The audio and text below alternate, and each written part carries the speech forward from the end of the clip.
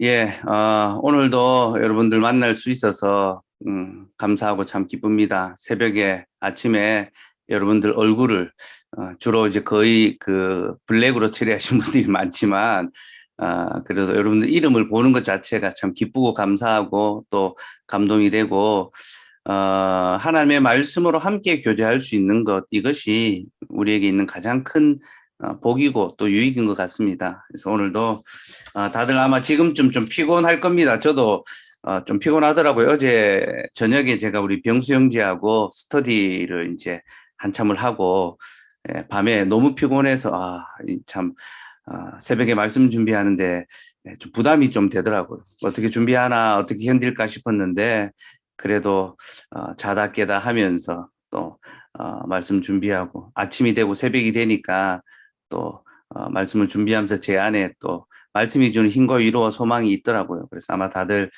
지금쯤 좀 피곤하실 텐데 하나님의 말씀이 우리에게 위로와 힘이 되는 그런 또 오늘 이 시간 됐으면 좋겠고 특별히 오늘 이 본문의 말씀이 직접적으로 바로 그런 내용입니다. 오늘은 시편 119편의 네 번째 부분을 우리가 읽었는데요.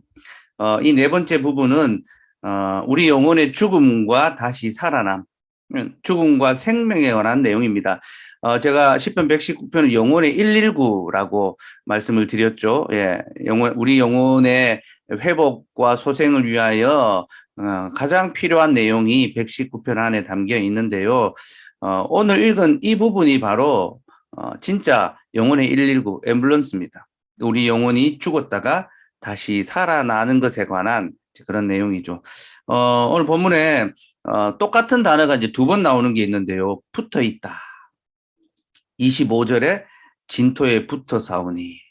그리고 31절에 주의 증거들에 매달려 싸우니. 같은 단어거든요. 붙어 있다. 한 번은 내 영혼이 진토에 붙어 있다라고 하고 한 번은 내가 주의 증거들에 붙어 있다라고 하는데 진토에 붙어 있다라는 개념은 이제 죽음을 가리키죠. 내가 사망에 이르렀다는 것이고 주의 증거들에 붙어 있다라는 것은 내가 이제 다시 살아났다. 생명의 이미지로 그렇게 나옵니다. 그래서 같은 단어를 통해서 상반된 두 가지 이미지, 영혼의 죽음과 다시 살아나는 생명을 이제 오늘 본문에서 보여주고 있습니다. 자, 세부 내용을 한번 볼까요?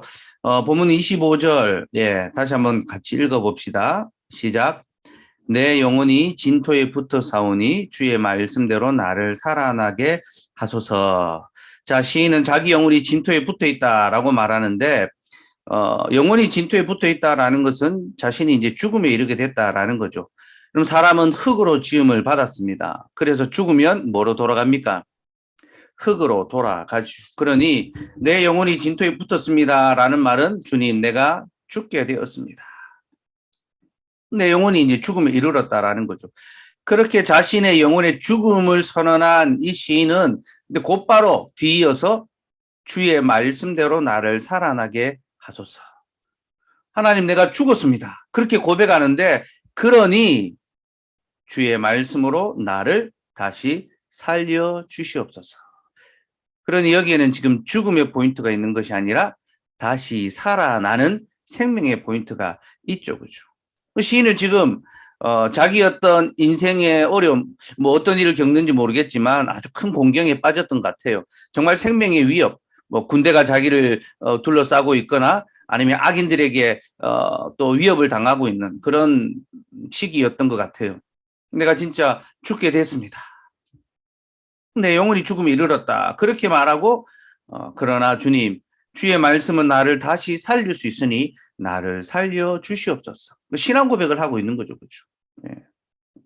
예. 자기 안에 죽음을 이기는 하나님의 말씀에 대한 믿음을 고백하고 있는 거죠. 그럼 죽은 다음에 다시 살아나는 것이 무슨 신앙입니까? 부활 신앙이죠. 그렇죠?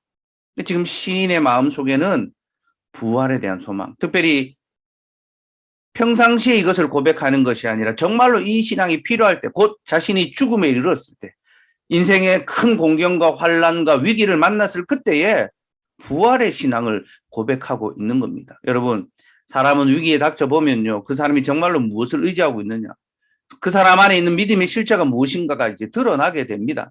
우리는 위기를 당하면 안달하고 어쩔 줄 모르고 우왕좌왕하고 막 정신이 없고 혼란스러워지죠. 그죠?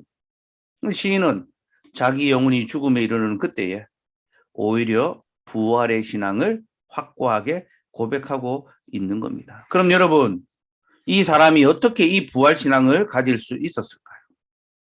그의 마음속에 있는 부활 신앙의 그 근거, 그 근원은 무엇일까요? 그게 바로 26절에 나옵니다. 26절 읽읍시다. 시작.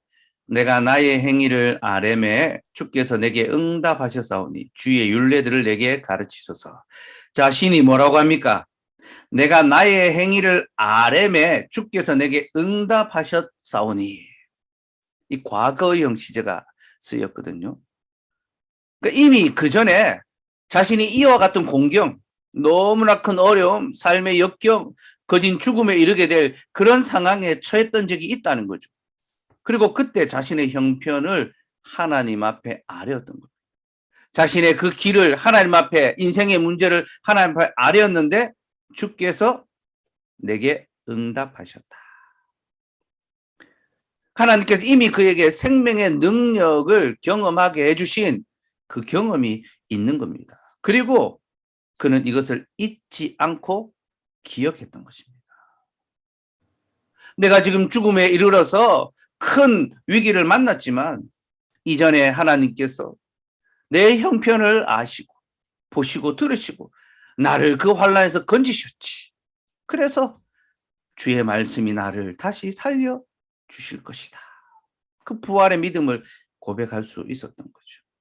사랑하는 여러분, 참된 믿음이 무엇일까요? 진정한 믿음이 무엇입니까? 날마다 어떤 새로운 어떤 체험을 하고 기적을 경험하고 이전에 누리지 못했던 더 좋은 복을 누리는 것, 인생이 더 잘 되고 기도하는 것마다 다 이루어지는 어떤 그런 것들이 참된 믿음의 생활의 모습입니까? 그래서 자꾸만 뭔가 더 좋은 것을 구하는 그런 것들이 진정한 믿음의 자세입니까? 아닙니다, 여러분.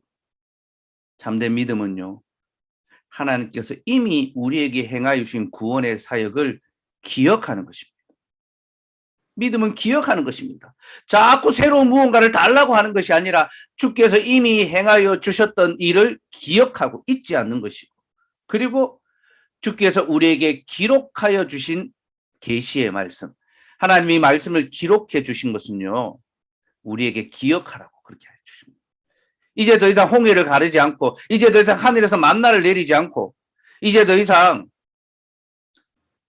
신비로운 체험을 우리에게 베푸시지 않지만 그 모든 구원의 사역, 하나님의 크신 기이한 구원의 능력을 기록하여 우리에게 전해 주셨고, 이 기록된 말씀을 통하여 우리가 하나님의 구원 사역을 기억하게 하십니다.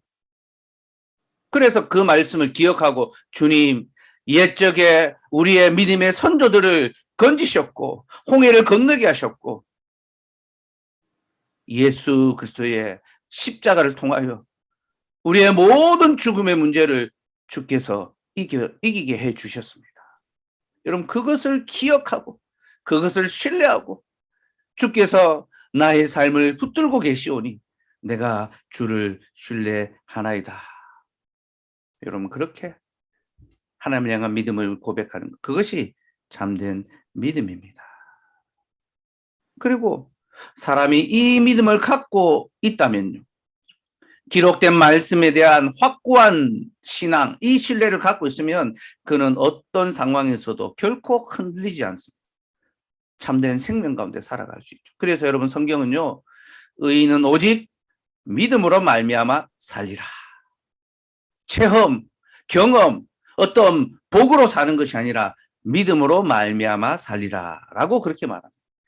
우리에게 이 믿음, 하나님이 행하신 그 모든 사역과 우리에게 기록하여 주신 그 말씀을 확실하게 믿는 이 믿음이 있기를 바라고, 그래서 우리가 영혼이 진토에 붙는 것 같은 고통과 괴로움의 순간, 인생의 어두운 터널을 지나는 그 밤의 깊은 시간을 지나는 그때에도 주의 말씀이 나를 살려주실 수 있나이다, 그렇게 고백하고 소망을 잃어버리지 않으면 좋겠습니다. 근데 여러분, 오늘 시인은요, 또 하나 우리에게 보여주는데, 우리에게 이런 굳건한 믿음이 있다고 해서 우리의 마음이 또 우리의 삶이 다 편안하고 안정하고 또 온전한 것은 아님을 보여줍니다. 여러분, 시인은 하나님을 향한 확실한 믿음, 부활의 신앙, 말씀에 대한 굳건한 신뢰가 있었지만 그는 자신의 삶의 공경이 계속되고 또 자신의 영혼이 죽음에 이를 것 같은 그런 위기에 부딪히자 그의 마음은 심히 지치고 낙담하고 탈진하는 상태에 이르게 됩니다. 28절 말씀 한번 볼까요? 28절 읽읍시다. 시작. 나의 영혼이 눌림으로 말미암아 녹사오니 주의 말씀대로 나를 세우소서. 그럼 시인이 뭐라고 고백합니까? 나의 영혼이 눌림으로 말미암아 녹사오니. 여러분, 이 말은요, 지금 자기 영혼이 완전히 녹아내렸다라는 거죠. 이 영혼의 기력이 다 빠져나간, 그러니까 원어에는 하나님, 내 마음의 기력, 내 마음이 슬픔으로 빠져나간 나이다. 이 기력이 빠져나간 거예요. 여러분, 이건 영혼의 생명이 사라졌다는 걸 가르쳐요. 사람이 이 생명을 얻게 된 것은 하나님께서 그 코에 생기를 불어 넣으신 거거든요. 기운을 불어 넣으셔서 우리가 생명 있는 생명의 존재가 됐습니다. 근데 이 기운이 슬픔으로 다 빠져나가 버려요. 그러니까 진짜 자기 영혼이, 죽은 영혼이 이제 돼버린 거죠. 그죠? 환란이, 핍박이, 곤란이, 실패가 계속 반복되니까 자기 영혼이 탈진 상태에 이르는 그런 어떤, 여러분, 시인은 분명히 믿음이 있었지만 그는 현실에서 탈진한 상태, 매우 지친 상태에 있었습니다. 여러분, 우리는 믿음이 있다고 해서 고난을 쉽게 견딜 수 있다고 생각해서는 안 됩니다. 고난을 견디는 것은 쉬운 일이 아닙니다. 그럼 저 대단했던 믿음의 용사 엘리야마저도 환란이 극심할 때에 기력이 쇠하여 하나님께 죽기를 구했던 적이 있지 않습니까? 여러분, 누가 용사면 누가 강한 자입니까? 누가 나는 이 어려움을 이길 수 있어, 누가 장담할 수 있습니까? 목사라고 됩니까? 그렇지 않습니다. 현실의 문제에 부딪힐 때에 다 낙담하고 시리에 빠지고 실패가 반복되고 인생의 문제가 풀리지 않고 삶의 공경이 계속된다면 소년이라도 피곤하며 곤비하며 장정이라도 넘어지고 자빠질 수밖에 없습니다. 그게 우리 인생의 실질이죠. 다 넘어집니다. 우리는 이 사실을 통하여 진짜 강한 분이 누군지를 알아야 합니다. 여러분, 누가 용사며 누가 강한 자입니까? 오직 우리 하나님 한 분밖에 없죠. 그죠?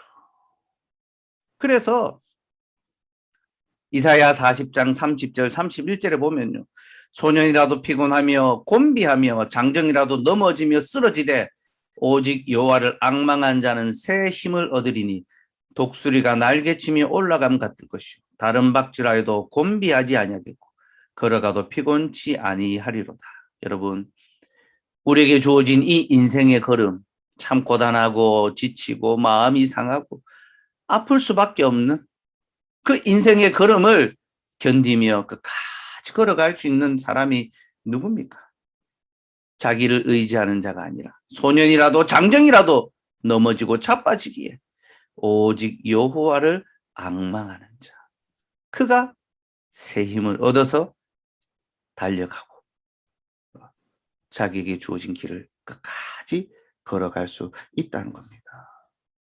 그래서 시인도 자신이 주의 길을 걷겠습니다, 그렇게 이제 고백하는 거죠. 여호와를 앙망함으로 내가 주의 길을 걷겠습니다, 그렇게 이제 고백합니다. 그게 31절 32절 오늘 읽은 본문의 마지막 내용입니다. 같이 한번 볼까요? 31절 32절 시작.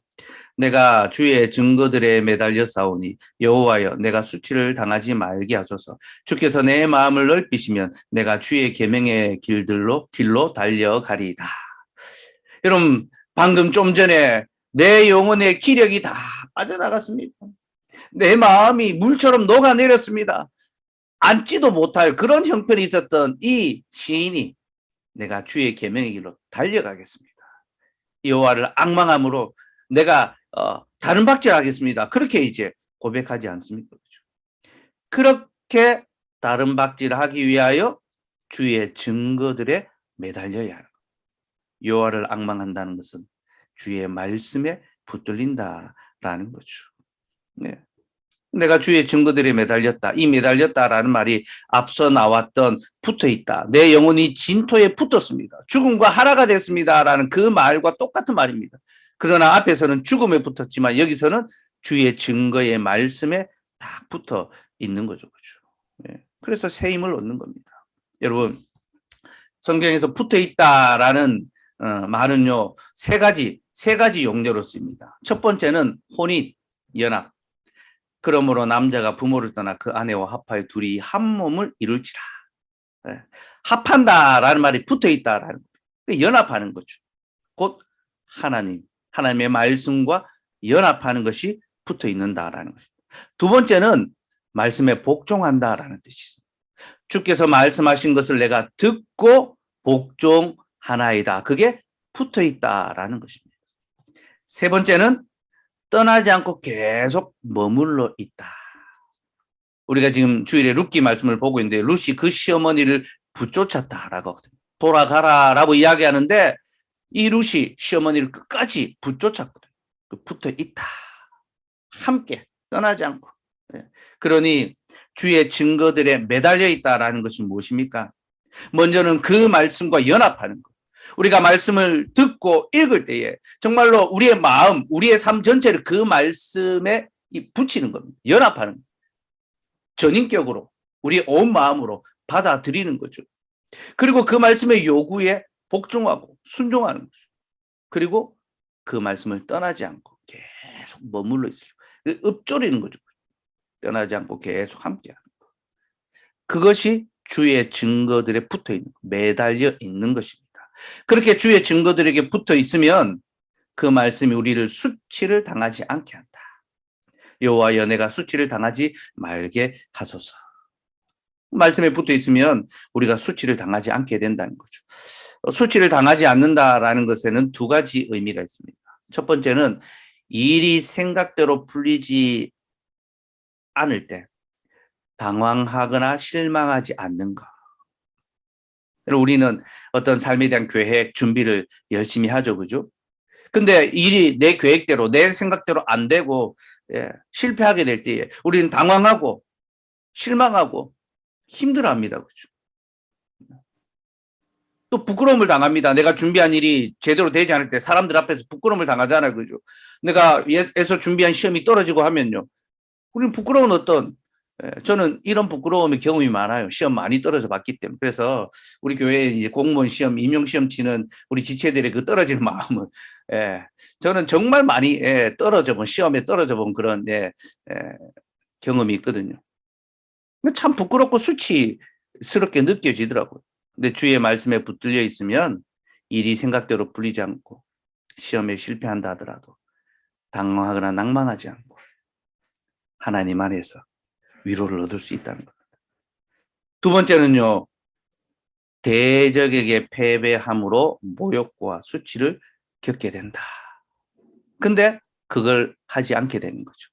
내가 대적으로 말미암아 모욕과 수치를 당하는 그런 일을 겪지 않게 된다는 겁니다. 주의 말씀에 잘 붙어 있을 때. 제가 이걸 좀 간단하고 쉽게 한번 설명을 드려볼게요. 이제 여기 종이가 있는데요. 이 종이는 굉장히 약합니다. 종이 한 장은. 그래서 쉽게 찢어집니다. 아주 쉽게 찢어지죠. 근데 이 종이 한 장이 저 뒤에 벽에 붙어 있다고 한번 생각해 봅시다. 쉽게 찢을 수 있습니까? 잘 못 찢습니다. 그렇죠? 벽을 함께 깨트려야 이 종이를 찢을 수 있지 않습니까? 주의 증거들에 붙어 있다라는 것이 그와 같습니다. 우리는 약하고 우리는 보잘것없지만 하나님의 말씀, 그 능력과 생명의 말씀에 딱 붙어 있으면요, 우리는 어떤 모욕과 수치를 당하여도 우리는 결코 무너지지 않습니다. 견고하게 우리가 살아가면서 어떤 일을 당하여도 낭망하지 않게 되는 거죠. 그러니 여러분, 오늘 하루 말씀에 딱 붙어 있으십시오. 오늘 저는 이 말씀을 기억하며 누구를 만나고 어떤 일을 당하고 내가 생각지 못했던 그런 또 사람들에게 수치를 당하는 그런 상황이 놓인다 하더라도 주의 증거들의 마음을 탁 붙이고 요동하지 아니하고 흔들리지 않았으면 좋겠습니다. 우리가 생명의 근원인 하나님의 말씀에 붙들려 있으면 능히 세상을 이기는 자들이, 세상이 감당할 수 없는 그런 자들이 될 것입니다. 그리고 그 말씀을 힘입어서 주의 계명의 길로 힘차게 달려가는 거죠. 앞에서는 마음이 물처럼 녹았지만 이제는 주의 말씀을 힘입어서 그 다리에 힘이 솟고 근육이 생기고 그래서 주의 계명의 길로 힘차게 달려가는 거죠. 특별히 시인은 주께서 내 마음을 넓히시면 내가 주의 계명의 길로 달려가리다라고 하는데요. 여기서 마음을 넓힌다는 것은요. 마음을 너그럽게 한다라는 그런 뜻이 아니라 이해심이 더 많아진다. 곧 주의 말씀에 대한 이해가 넓어지는 것을 가리킵니다. 여러분, 우리가 어떻게 우리에게 주어진 길을 잘 걸어갈 수 있는지 압니까?